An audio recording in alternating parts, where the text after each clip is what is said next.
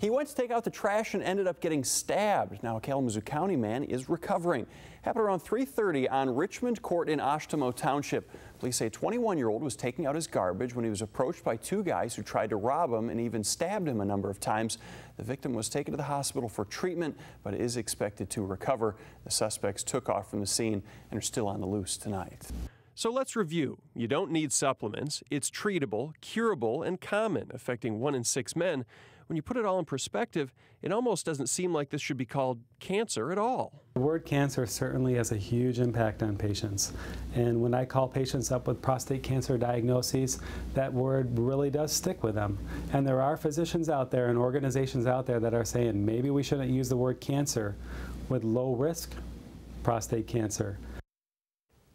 Spectrum is holding a doctor's dialogue on prostate cancer next week. It is on the 20th. If you would like to attend, we have a link at fox17online.com. See, we all learned something there, Absolutely. and every man in the studio was uncomfortable Super during that, but they uncomfortable. shouldn't be now after watching that story. Well done. Oregon, dozens of deli items being recalled by Spartan stores tonight after a possible listeria contamination. This affects Family Fare, D&W, and other Spartan stores. The company says this is a precautionary recall and there have been no reports of any illnesses at this time. Several food items are affected, including fruit cups, chips, and even sandwiches. Symptoms of listeria include high fever and painful intestinal issues. It can cause miscarriages among pregnant women, as well as other problems. For a full list of what's been recalled, check out fox17online.com. If you have any of those items, throw them away or return them to the store. Tragedy made his name into a rallying cry for defibrillators in schools. But now signs paying tribute to late Fenville basketball star Wes Leonard are being ordered removed. Fox 17's Mitch Fick has details on why and what people think about it. That was Autumn Ziemba reporting. For more information on pet Amber Alerts, just head to the news link section at fox17online.com. I think that's fantastic. You're shaking your head over here. You do not. I do too. And as I said in the break, I think we need some cats represented there. I know. You and Kitty. Kitty. Kitty was just chipped the other day. We registered it, but now I might do that one too. Well, Jen, thanks. A former volleyball trainer accused of criminal sexual conduct has pleaded guilty to charges. Florencio Castillo had been accused of assaulting two girls at Impact Dynamic Training in Granville during some one-on-one exercises. A 15-year-old victim told police that Castillo massaged her and put his hands down her shorts, while a 14-year-old said he put his hands down her shorts as well and lifted her shirt up. Castillo will be sentenced next month. Meanwhile, the owner of the gym says more cameras are being put in place to prevent any future incidents like this. Speaking of looking great. Thank you. No, that leads into this. Oh. Yeah, last week it was her speech at the Democratic National Convention that had everybody talking. Today it is another clip of former Governor Jennifer Granholm that's going viral, and if you haven't seen it, well, let's say it's a little dated. Okay. Yeah. This lovely lady hails from British Columbia. Multi-talented and multi-titled beauty queen. She's currently working in the public relations field. She enjoys the theater, the arts, and the great outdoors.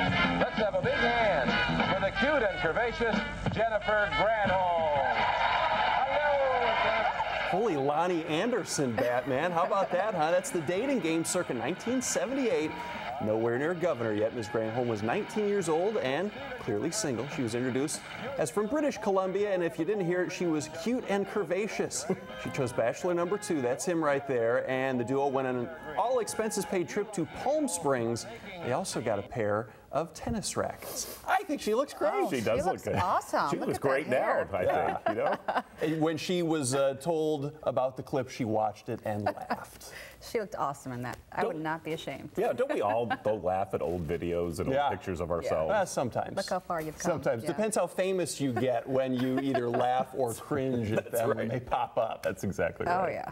Well, the video was discovered on the Facebook page of one of the losing contestants, and if you didn't figure it out, no, Bachelor 2 did not end up being the future Mr. Granholm. I bet he's kicking himself. Still. Christian, a flight from Grand Rapids to Dallas was forced to return to Ford International Airport this morning.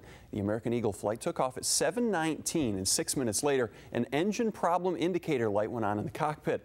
Pilots turned the plane around and landed without any problems. There were 53 passengers on board. All were rebooked on other flights. American Eagle is looking into whether there was an engine issue or if the indicator light was faulty. A flight leaving Grand Rapids had to be canceled today when smoke was reported in the cabin. The American Eagle plane was taking off around 10:30 when the smoke was first noticed. The plane taxied back to the terminal and all 45 passengers were removed safely. This is the second incident in 2 days at Ford International Airport. Yesterday, an American Eagle flight was forced to return to GR when an engine indicator light turned on 6 minutes into a flight to Dallas. The Coast Guard trying to find out who is responsible for putting their air crews in danger. Coast Guard says while on a training mission last month, one of their Dolphin helicopters was targeted with a powerful green laser somewhere off the coast of Muskegon. Happened on August 17th, and it sounds like the helicopter was targeted twice, once around 9 p.m., then again around 10:30. That time the laser was following the chopper as it moved. The Coast Guard followed the laser back to Pioneer Park north of Muskegon Lake, where a group of people were sitting around a campfire signaling the helicopter with red lights. When the chopper put a spotlight on them, they took off.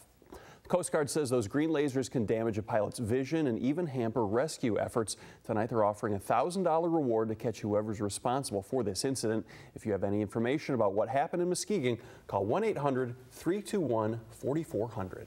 Well, if this is September, keep it coming. Another warm and sunny day around West Michigan. Slight breeze, making sure you don't sweat too much out there. Fox 17 Chief Meteorologist Rick Mecklenburg is in to tell us how long this will last, and I have a suggestion. How about forever? Wouldn't that be terrific? It is great out there. We would call this Grand Rapids, California, though, if that were the case. Good weather for the concert last night. It was. It was a good time at the Allegan County Fair. I need to ask you, though, do they really rock and roll all night, or is that just a misleading There title? was a curfew, and I'm just happy that my cat makeup has washed off. You know, I don't want to be looking all Peter Criss here on the news. Absolutely. Well, we're rocking the weather today. Take a